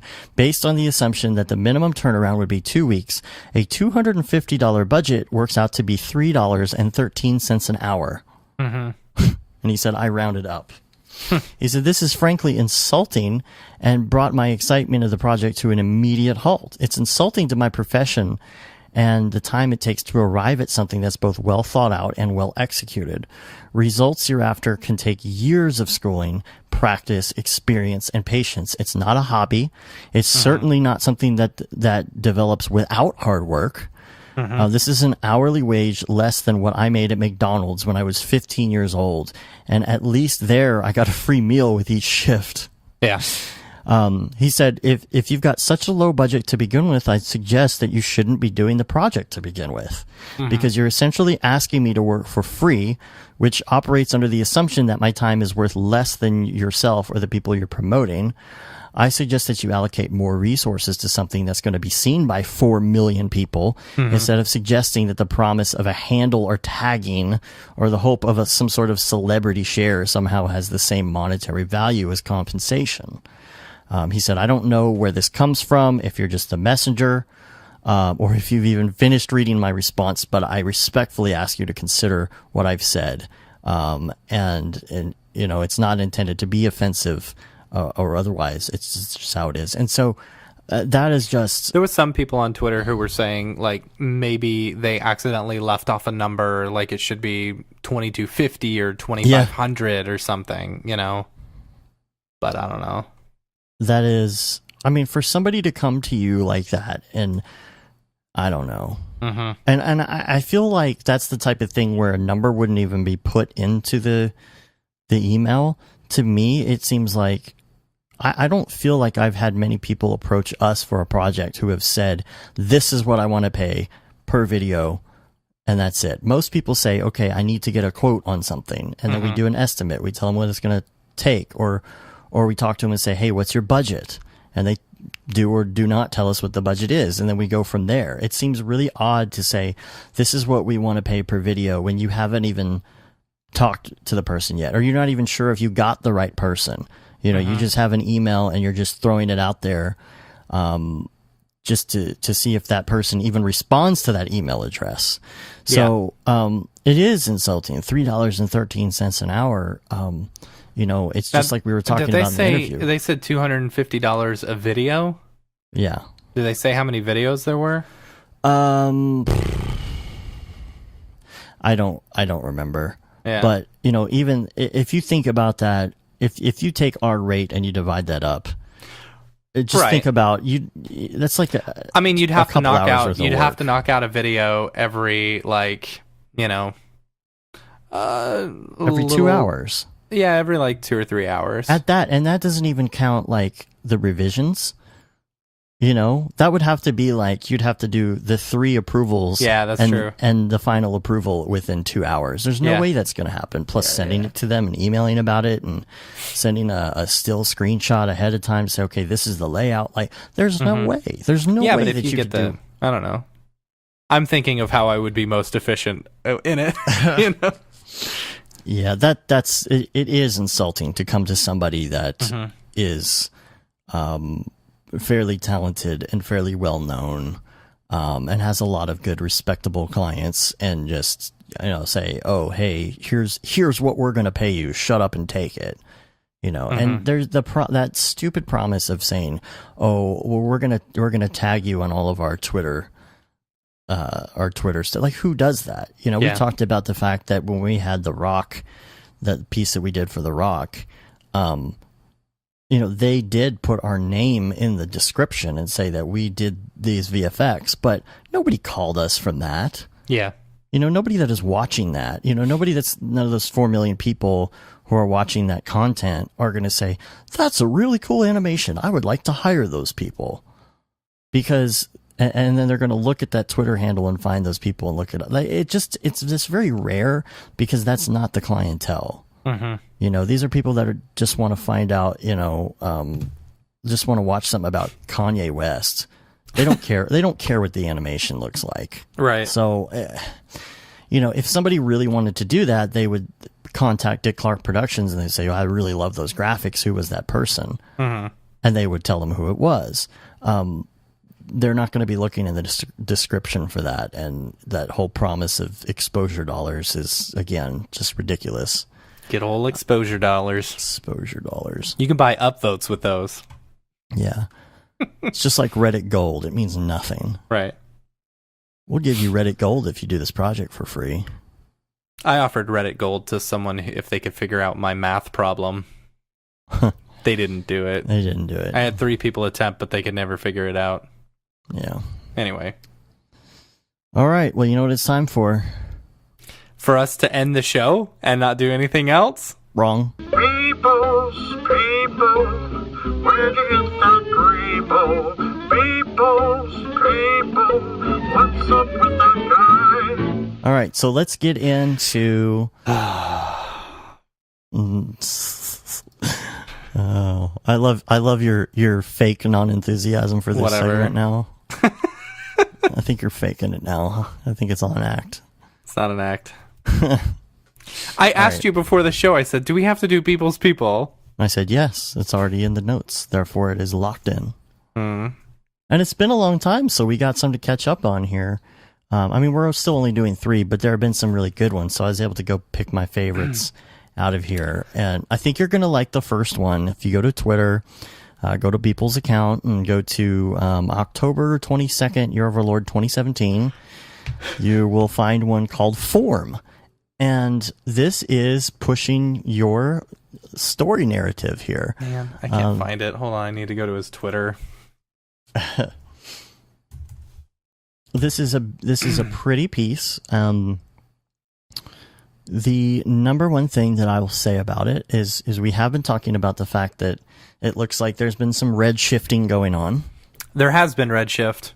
That after I emailed or I messaged him during the show last time, and you're okay to say this. Yeah. I asked him. I said, "Is this a secret?" You know, he said, "Not by me." He just hasn't said anything. Yeah. So, I would like to guess that this is redshift, just based on what I'm seeing here. I just feel like these textures look like redshift. There's not a lot of AO going on in this scene in Form. But I really like what he's done. These trees, probably Forester, lots of instances going on. The one thing I do notice is look at the tank. The tank there is like the tank that's been in some of these other scenes that we've been talking about. I think. Yeah. What I'm trying to figure out is scale in this. Well, he's got the spaceman in there. He's got the spaceman, but you know the scale, right? But okay, just look at the grids on the floor, and look at the astronaut. Now, how far away is that astronaut from that tank? Like maybe 2 grids. Okay, but there's a staircase on it. Oh yeah. Okay, now the trees are only the size of like the astronaut. Maybe a little taller than the astronaut. So these are smaller trees. So either the astronaut here's my is narrative big, for or it. there's a lot of little people in this world. Here's my narrative for it, All right? Okay, so they are working on whatchamacallit? This terraforming. They're terraforming tanks. this new planet, right? That's why I said it fits your narrative. It fits my narrative. So, I think the reason why those stairs are there is because, For ants. and it looks the same as the other one. It's because you've only got so many. So you have to basically 3D print everything, all your new stuff. And they've only got one person who is actually they've got one design for this. And so it's like, okay, this will fit within our what we need, but we can't take the stairs off because we don't have a 3D animator those with polygons. us. Yeah, but they don't know that. It's easier just to print it real quick and then that's a waste of precious resources when you're in outer space. It's true. It's very true. And someone's gonna get fired for that, but that's just what happens. Somebody's gonna get fired for that. They're gonna shoot him out into space. Yep. But see, even the piece in the back has a staircase on it too, and that staircase is actually there for a purpose, and that's to get people up to those other levels to maintain the trees for oxygen. Yeah. So I'm thinking maybe that's either a giant astronaut or there's lots of little people. Yeah. And meanwhile, we need to have him back on the show. I know. Meanwhile, he's listening to this episode like, oh man, I totally screwed up the scale on this. I should have just He's like, thanks for pointing it out, guys. Whatever. So it's really pretty piece. I like the flare in there, and it's an interesting glass dome over the place too, with these sextagonal. Well, not all of them. I guess there's multiple sides on some of these. There's pentagons. Yeah, I've seen a lot of these little, these cool little things. It's pretty neat. I like it. So that's interesting. So let's move on. We're going to go to October 26th. This is called Red 1983. I like this one. This one's pretty cool. And there have been some really good ones lately. We can't hit them all, but that jam box is way cool. It's legit.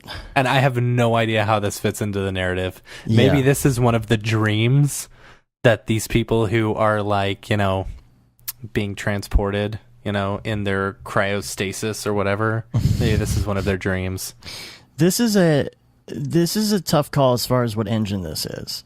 Now, I don't know if he's going like, okay, so this is, he's I'm what he sure talked it's about on the Redshift. show. It's called Red. Well, yeah, but also it's like red speakers. Okay. But I don't know. The whole thing is that, like, when we talk to him on the show, he's talking about, as he goes through these different phases, like having a purpose, like to learn a type of modeling or learn a render engine, obviously, or something. What I don't know is I he's don't know. totally... You said it exactly like him. I don't know. Is he I don't totally know. sticking to Redshift, like, from this point on, or at least for a while, like, every day?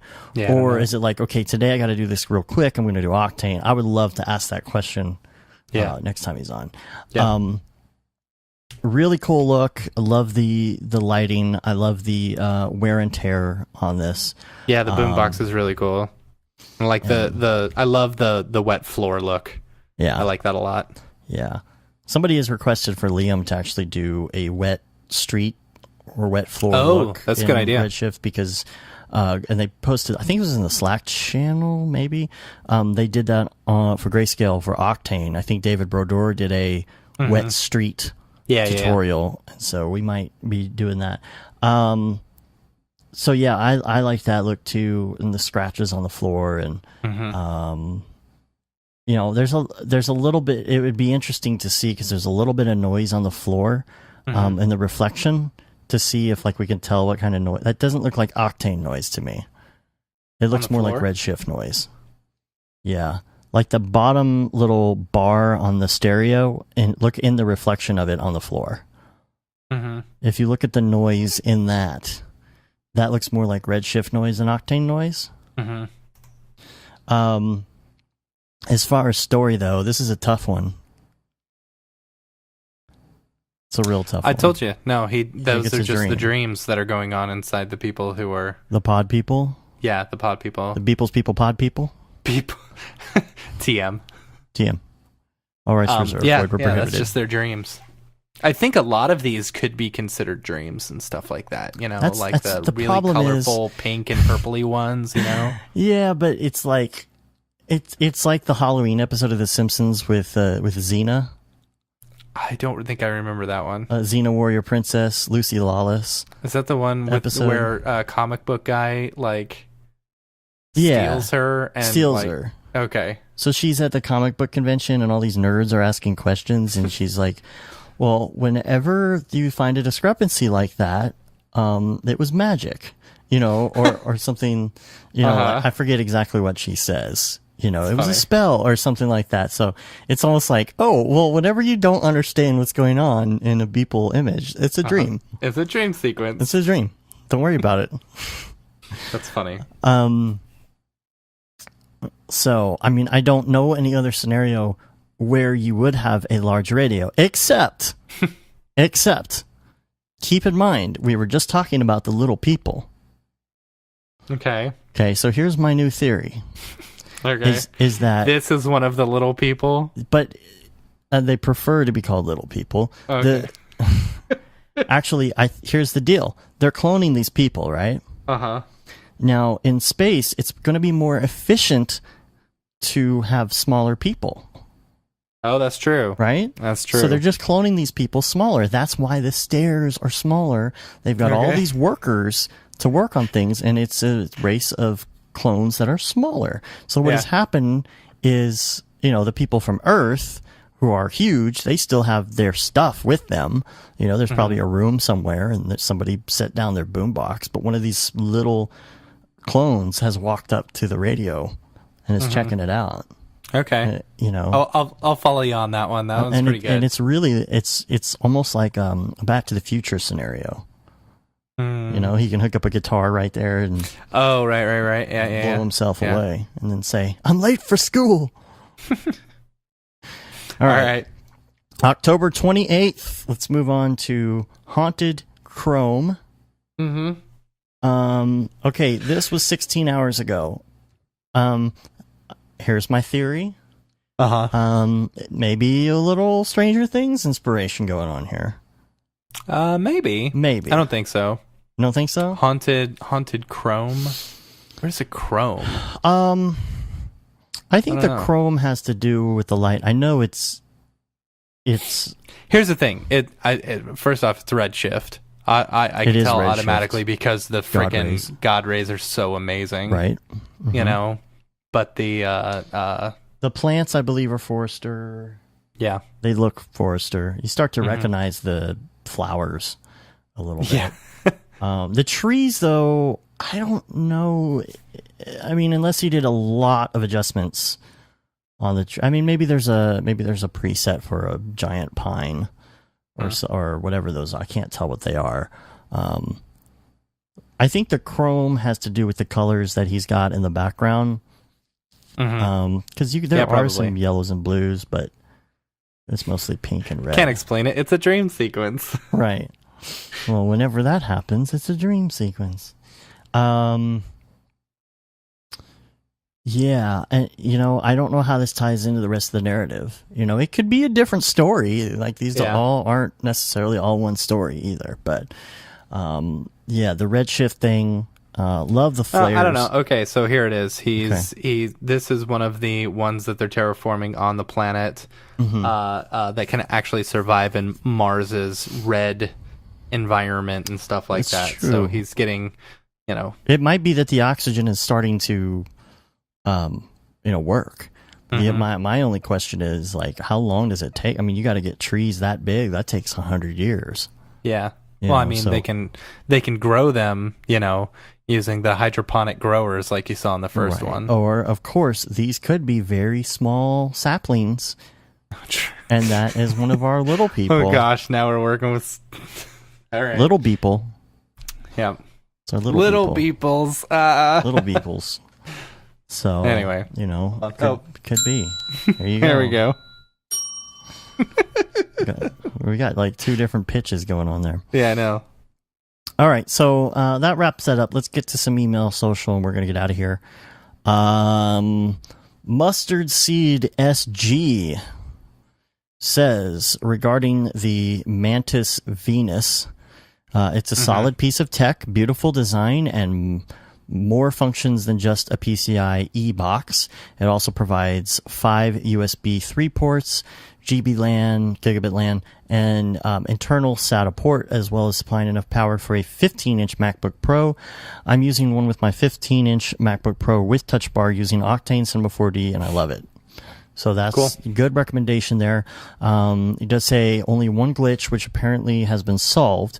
On heavy load, the USB connections appear to disconnect. That must be a power consumption thing.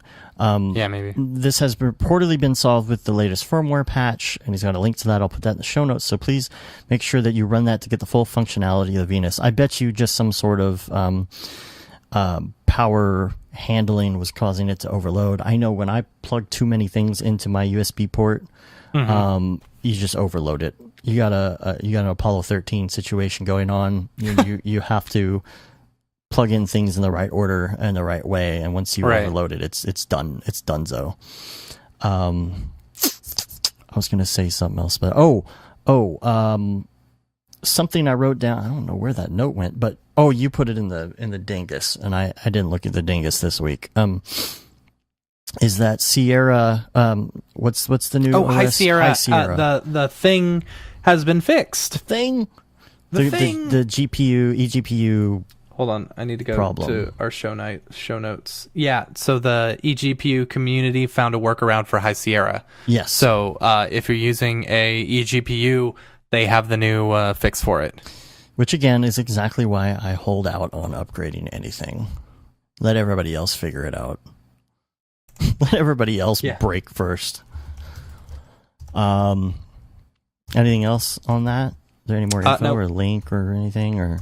Oh yeah, I got a link. Okay. Here, I'll send it to you. All right, I'll put that in the show notes. And then this was sent to us from Andy Needham. Yes. All right, then we got Evan Beck, who said, "Hey bros, just wanted to share a new video from one of my favorite artists, Alan Warburton. Thought you guys would. Warburton. Thought you guys would really enjoy it. Check it out. All of his other work is worth checking out as well. It's got a link to that. I'll put that in the show notes. let's see. Who else we got here? Nick Scarcella. Sure. Says, hey bros, nice meeting you guys at NAB on Thursday. I was the audio guy. I had a topic, idea, or question for you if you have time. I'm someone who got into motion design as a hobbyist, and going back to school isn't really an option as I only got out of SCAD for sound SCAD. Yeah. SCAD for sound design 2 years ago. What is it? The sound. No, it's Sound something and design. Savannah School of something and Art design. And Design. School of. I don't remember. Is that it? Of something There's and people design. yelling at us right now. I don't know what it is. I don't know these kind of things. Anyway, Savannah College of Art and Design. Yeah. Oh, Savannah College. Okay. Yeah. It's a really good school. I'm considering switching careers and really focusing on motion design, but I'm not sure where to start. Would you suggest starting at a studio, provided they take me, to learn about production workflows, or just jump into freelancing and rely on my ability to solve whatever problem comes my way? The online resources are just so great. I'm not exactly sure what more a studio environment can teach me. Thanks a ton, Nick. A studio environment will teach you how to work as a team and teach you like really the workflow and stuff like that.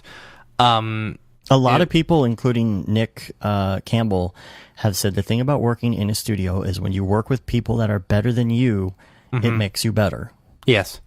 So if you're working by yourself, you're going to have to rely on the interwebs and other people to get better. Yeah. So, I mean, I would recommend working for a studio for at least like a year.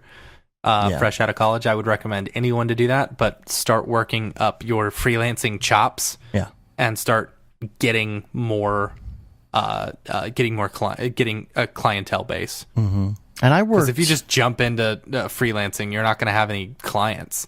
You know, you're not going to really have any work to show for it and stuff like that. So I mean, and if you can afford to do that, that's fine. But still, like, you know, it's tough to get into a new industry. I mean, I can imagine if I were trying to jump into like audio and could just go do audio stuff, that'd be really tough.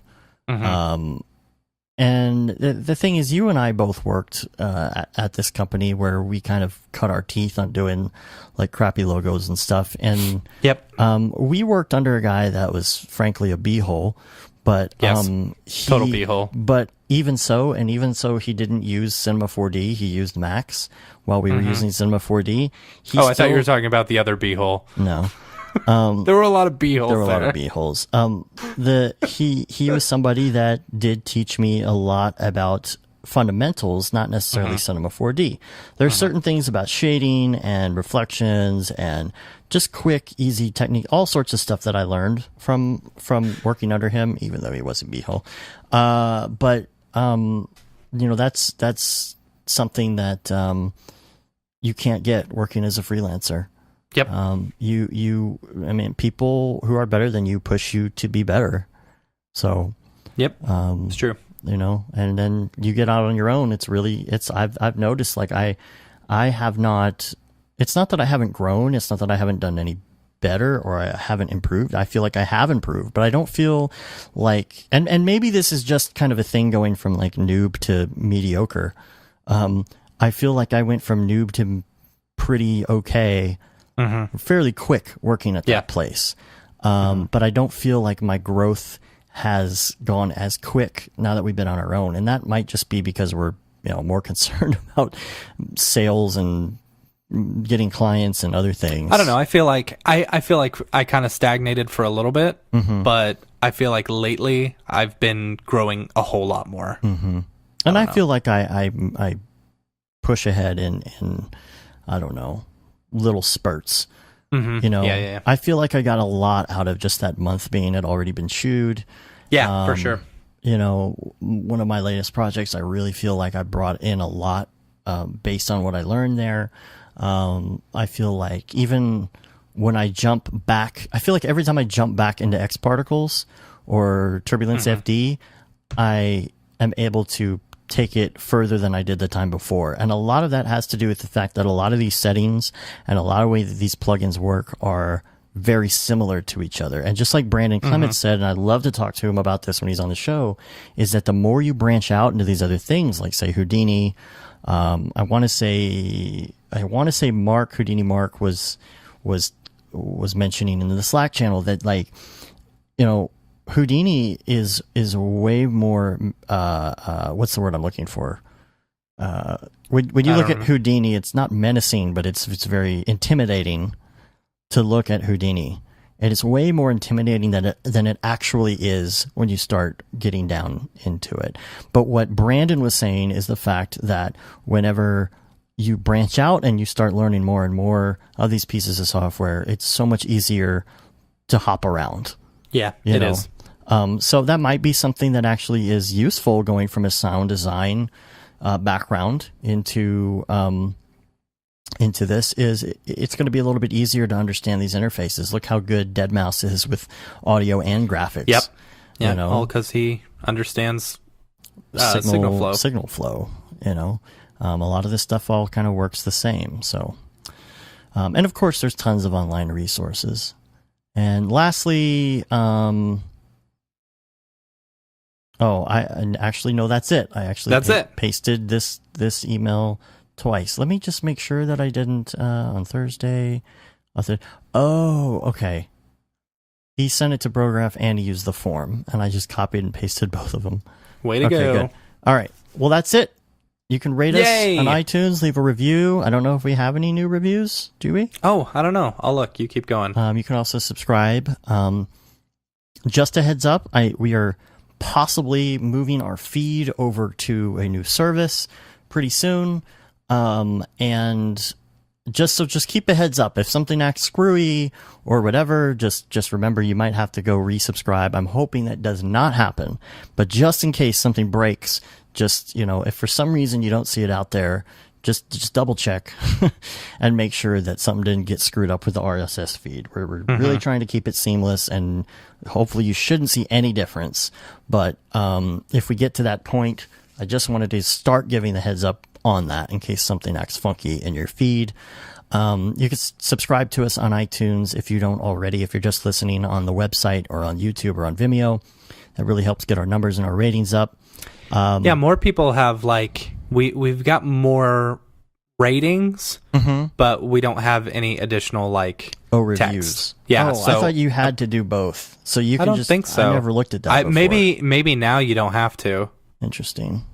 Yeah, see, look, I just tapped to rate it, you know. Nice. Nice. You can subscribe to our newsletter. We promise that doesn't go out too often. You can say you've been there, done that, got the t-shirt. I always screw that up. Been there, done that, got the t-shirt with the No Brograph, No Mograph tee, the Paul Babb 2020 Feel the Babb t-shirt. All the profits go to Doctors Without Borders, and the limited edition Gate and D. Simone t-shirt. Who we did not take a freaking selfie with. We both had our Gayton shirts on. I know. We were with him, totally forgot about it. Didn't take a selfie with him wearing our shirts. We'll just have to Photoshop one. Yeah, no, or he'll have to come and hang out with us again. Well, we'll meet again. So, and we're on Facebook, Twitter, Instagram, of course, YouTube, Brograph.com, and Twitch. Make sure you check us out live on Thursday nights. Sweet. And we'll see you there. And thanks, Haley, for being on the show. Totally. That was good. And until next week, I'm Dave. I'm Matt. Have a good one. Later, bros.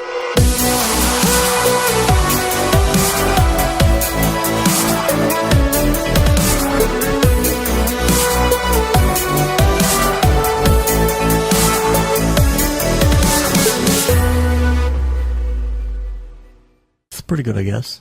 Brograph.com, an online resource for learning Cinema 4D, After Effects, and other motion graphics tools specifically catered to help you prevail as a motion graphic designer. What's up, bros? Welcome to another Brograph motion graphics tutorial. With tutorials, plugins, and now a podcast with tens of thousands of listeners worldwide. Yeah, it's a great community to be part of. We give you professional time-saving tips, industry news, interviews, shortcuts, and lessons that help keep you current in the world of motion design. Throw in HDR Studio, take the render settings, pick the HDR, put in a reflection, and gorgeous. I love projects that scare me. When our art director comes to us and asks for something that I had never done before, man, it gets me pumped. Our weekly long-form podcast will give you the latest news, help you in your file management, hardware configuration, and client relations. Learn about the latest render engines, modeling techniques, and workflow integration while staying entertained. Real nice banana. That's so funny. All right. I'm going to live forever. Our Brograph Talks are a chance to see the way industry leaders from around the globe are changing the face of motion design. Sometimes you got to make stuff that you're not going to put on your reel, and I'm not here to judge. The podcast and talks include people like Beeple, Barton Damer, Nick Campbell, Andrew Kramer, David Ariev, Chad Ashley, Paul Babb, EJ Hassenfrost, Mitch Myers, Chris Schmidt, Jules Urbach, Cornelius Dammer, David Brodeur, Andy Needham, Caitlin Kaju, Zubair Parker, Noseman, Ryan Bean, Casey Hupke, Nick Lyons, Sage, Joey Korenman, Jeremy Cox, Rick Barrett, John Dickinson, Matthias Omatola, Patrick Goski, Brandon Clements, Steve Teeple, Tom Glimpse, Patrick Longstrom, Julia Simone, Devin Coe, Al Heck, and even Deadmau5. You get that render done. Yeah, you better frame what? Our Brograph breakdowns go behind the projects and give you an insight on what it's like to manage and maintain your own personal business or work for a large company. Join us for live sessions, check out our useful plugins, watch time-lapse projects, interact with us, and send us email questions and topic ideas. Or just hit the Rando Render button and do an imaginative daily that'll keep you on your toes. Take all your dreams and let's do it!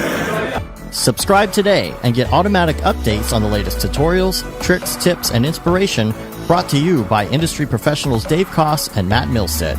We don't care how you get here, folks. Just get here. Subscribe now to Brograph Tutorials.